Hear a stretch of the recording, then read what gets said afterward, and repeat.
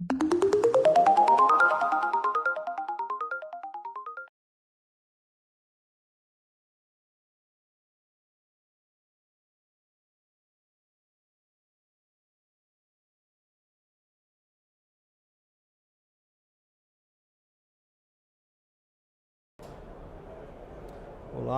meu nome é Andrei Soares, sou oncologista clínico do Hospital Albert Einstein, do Centro Paulista de Oncologia, chair do LACOG-GU. Estamos aqui em Munique, na ESMO 2018, recebendo meu amigo Fábio Schutz.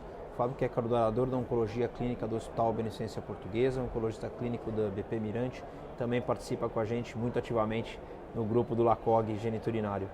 Fábio, a gente vai papear um pouquinho hoje sobre o que aconteceu de bexiga. Acho que a gente já vendo tudo que foi de interessante de bexiga nesses dias. A gente pode eventualmente começar dos cenários mais precoces aos cenários mais tardios. Então, o que a gente viu aqui sobre câncer de bexiga no cenário não músculo invasivo? Eu acho que um dos estudos mais interessantes e novidades que a gente apresentou aqui foi o estudo Keynote 057, que foi o uso de pembrolizumab para pacientes com câncer de bexiga não músculo invasivo refratários a BCG, que essa era uma população que literalmente hoje a gente não tem nada para fazer para essa população. Então, era uma população carente de qualquer tipo de tratamento. E aí eles foram incluídos nesse estudo de braço único, com pembrolizumab na dose de 200 mg a cada 3 semanas, para avaliação apenas de resposta e tempo de duração de resposta, né? O que a gente vê é que, por uma maneira bastante interessante, esse estudo, na verdade, realmente colocou os pacientes com a classificação adequada de BCG não responsivo, né? Que alguns estudos a gente tem um pouco de dificuldade nisso. Os dados que a gente tem de literatura são muito frustros em relação a isso, mas a gente tem taxas de controle aí de segmentos mais longos, às vezes de um ano e meio. A gente sabe que às vezes 1/3 dos pacientes que têm presença de carcinoma in situ e são BCG responsivos, mas eles têm mais ou menos 1/3, 30% de controle de doença com mais ou menos 12 meses. O que esse estudo 057 mostrou para a gente em relação a controle de doença com o uso de pembrolizumab? Então, o dado mais importante que esse estudo mostrou, ele mostrou uma taxa de resposta de 38% aos 3 meses. Então, na realidade, isso parece até que bom, porque a gente não tem nada para essa população, só que eu acho que o estudo ele tem um segmento muito curto ainda. A gente tem mais ou menos, desses 38%, mais ou menos metade já está recidivando aos 6 meses. Ou seja, a gente tem uma taxa de resposta inicialmente boa, mas aparentemente de curta duração. A gente não consegue manter esses pacientes com resposta prolongada. A gente vai precisar de um segmento mais longo para ter certeza para que lado que esses pacientes vão, mas esses são os dados preliminares do estudo. O estudo continua recrutando pacientes, foi uma apresentação preliminar do estudo. E que parece que vai ser interessante, então, talvez mostrar também algumas coisinhas sobre o uso de BCG junto, né? Quer dizer, aumentando um pouco a imunogenicidade, expressão de PDL1, talvez isso seja um caminho aí que a gente possa ter também em relação às novas imunoterapias junto com a antiga BCG que se usa. Perfeito, e tem vários outros estudos, além desse estudo com pembrolizumab, que estão fazendo exatamente isso. Estão combinando imunoterapia ou outras drogas imunoterápicas, inibidor de checkpoint imunológico, com BCG. Pulando um pouquinho, doença músculo-invasiva, uma doença localizada. Nós tivemos 2 dados interessantes aí, uma atualização do PURE-1, né, que tinha sido apresentado pelo André Neck na ASCO desse ano, e tivemos também uma combinação de pembro e quimioterapia para cenário neoadjuvante do paciente com câncer de bexiga músculo-invasivo. O que esses 2 estudos mostraram? Perfeito. Na realidade, só lembrando então um pouco em retrospecto, a taxa de resposta completa, patológica completa, pré-cistectomia, de quimioterapia neoadjuvante, está na ordem de uns 30%, 35%, ou 25% a 35%. Então, se a gente quiser fazer qualquer coisa na neoadjuvante, a gente tem que tentar almejar ou ultrapassar essas taxas de resposta. Então, nessa ESMO, a gente teve a atualização dos dados de pembrolizumab isolado para pacientes com doença músculo-invasiva e também um novo estudo mostrando pembrolizumab mais quimioterapia. Então, o pembrolizumab isolado, a taxa de resposta foi de 42%, taxa de resposta patológica completa de 42%, o que pareceu bastante promissor quando comparado indiretamente com os dados históricos. Por outro lado, a combinação de quimioterapia com pembrolizumab em outro estudo, a taxa de resposta foi de, entre aspas, apenas 38%, o que não deu para entender muito bem. Então, pembro isolado foi 42% e pembro mais quimio foi 38%. foram estudos diferentes, com populações diferentes, então não dá para fazer uma comparação indireta. Mas eu esperaria, se fosse dar pembro com químio, que a taxa de resposta fosse maior do que 40%. Foi algo desapontador, né? Se a gente pega o estudo de neoadjuvância de MVAC, a taxa de resposta é 38%. Exato. Né? E se a gente coloca a quimioterapia feita com o pembro, foi gemcitabina e carboplatina, quer dizer, a gente esperaria realmente uma taxa de resposta muito maior.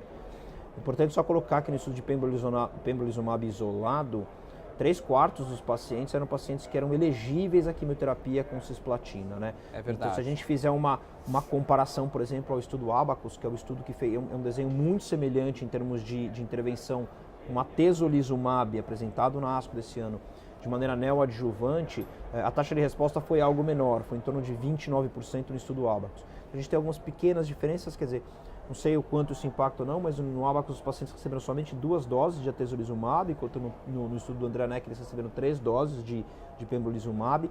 E a população do estudo Abacus era realmente população inelegível a cisplatina, né? Então isso. Não sei se isso talvez tenha algum impacto. Por outro lado, a gente teve uma avaliação em relação ao PDL1 também, né? Não tem isso no Abacus, mas teve no estudo do André Neck, do Pier 1, que os pacientes que tinham o PDL1 positivo, eles acabaram tendo uma resposta muito melhor que os pacientes negativos, né?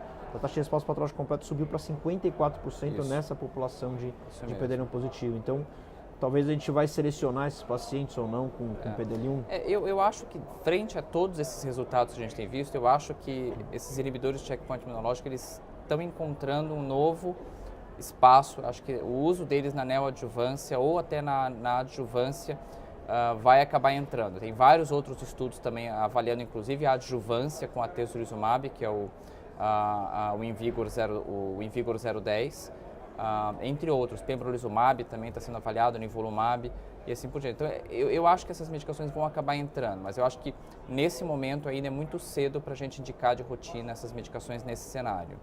Pulando um pouquinho nessa metastática, o que a gente viu aí? Atualização do range? Então, a única coisa que a gente teve foi realmente o estudo range. E lembrando então que o estudo range ele foi um estudo em pacientes com doença metastática na segunda ou terceira linha de tratamento que randomizou os pacientes para docetaxel isoladamente ou docetaxel mais ramucirumab. E a combinação de docetaxel mais ramucirumab ela foi benéfica com aumento da taxa de resposta objetiva para 25% e aumento da sobrevida livre de progressão. Entretanto, apesar da curva ser um pouco diferente, estatisticamente falando, a sobrevida global foi semelhante. Então, não teve aumento significativo da sobrevida global. Então, frente a todo o cenário que a gente tenha o advento das imunoterapias com pembrolizumab, atezolizumab e várias outras medicações que a gente também já está utilizando na prática atualmente, eu acho que fica difícil você justificar no lugar da imunoterapia o uso de docetaxel com ramucirumab. Lembrando que 5% da população do estudo RANGE também foi tratada previamente com imunoterapia. Então, eventualmente, essa combinação ela pode eventualmente vir para uma terceira linha após uma falha de imunoterapia. Eles fizeram uma análise, a gente sabe da diferença, bom, existem uma boa parte de estudos que mostram uma diferença bastante importante em relação ao perfil molecular da doença de bexiga e da doença de trato alto. Tem um estudo mais recente que mostrou que aparentemente não há tanta diferença, mas provavelmente existe uma diferença mais importante, inclusive com relação à estabilidade microsatélite nos tumores altos. Fizeram uma análise no RANGE e mostraram que, veja, uma análise de subgrupo não é o endpoint primário, não planejada, mas os pacientes que tinham primário de bexiga tiveram um benefício estatisticamente significativo de sobrevida global. É verdade. Né? Teve essa avaliação, eles se estratificaram para aqueles pacientes que tinham primário na bexiga ou primário fora da bexiga, no caso ureter, ou pelve renal, ou rim, e assim por diante. Mas, e aí foi positivo para essa população de primário de bexiga, mas como você mesmo falou, uma análise não planejada. A tentativa de achar um nicho de pacientes. A impressão que dá que é tortura dos dados para que eles digam o que você quer. Agora, mas é um estudo, é uma droga que acho que tem a sua validade. A gente sabe que a impressão que eu tenho é que os inibidores de angiogênese ou do VEGFR ou do VEGF, eles têm alguma certa atividade. Tem até estudo com cisplatina, gemcitabina e bevacizumab, estudo fase 3, que ainda não tem resultado, que eventualmente também vai mostrar algum resultado positivo nessa população. Mas eu acho que frente à imunoterapia ou o sucesso que a gente tem tido com a imunoterapia, fica difícil justificar isso antes da imunoterapia atualmente. Agora a gente tem um ponto da imunoterapia que às vezes me chama a atenção, principalmente em câncer urotelial, mais até do que os outros. Imunoterapia, o paciente vai muito bem, ou um outro acaba tendo uma doença estável, ou os pacientes realmente progridem. A gente tem como melhor resposta nos estudos com imunoterapia, os 2 estudos de fase 3 de pembrolizumab e atezolizumab em carcinoma urothelial, como melhor resposta à progressão de doença em mais ou menos 45% dos pacientes. Então, será que aqueles pacientes que têm uma progressão muito rápida de primeira linha com quimioterapia, que você vai ter medo que de repente esse paciente, praticamente metade deles vão progredir muito rapidamente, será que esse paciente tem nicho para receber docetaxel e ramucirumab? Essa é uma excelente pergunta, mas eu não saberia dizer. Eu acho que a gente ainda falta fator preditivo de resposta, ou, na realidade, o que eu costumo dizer também, fator preditivo de não resposta. Seria para selecionar aqueles pacientes que você não pode dar imunoterapia, porque eventualmente você vai ter um risco de hiperprogressão que ainda acho que é bastante debatível se existe ou não existe. Pessoalmente, eu acredito que exista. Mas a gente não tem nenhum fator preditivo de resposta. O PDL1 parece talvez servir um pouco, mas não é ideal.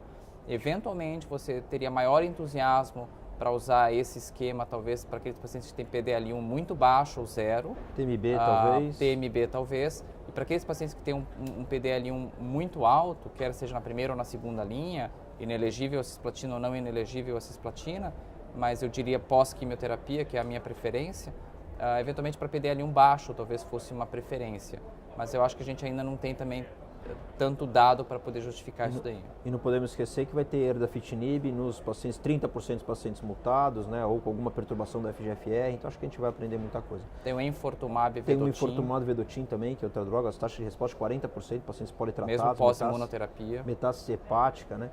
Finaliza, Fábio, acho que é o último ponto que a gente pode comentar. O 032 teve alguma coisinha para urothelial aí, o checkmate? Que eu saiba, não teve, assim, não mostrou muita novidade. O Nivo IP. Então, o 032 ele usou nivolumab versus nivolumab 1 IP3 versus nivolumab 3 IP1.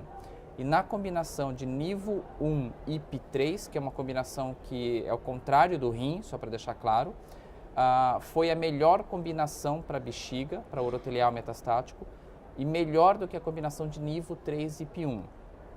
E, inclusive, para pacientes PDL1 alto, parece que foi melhor.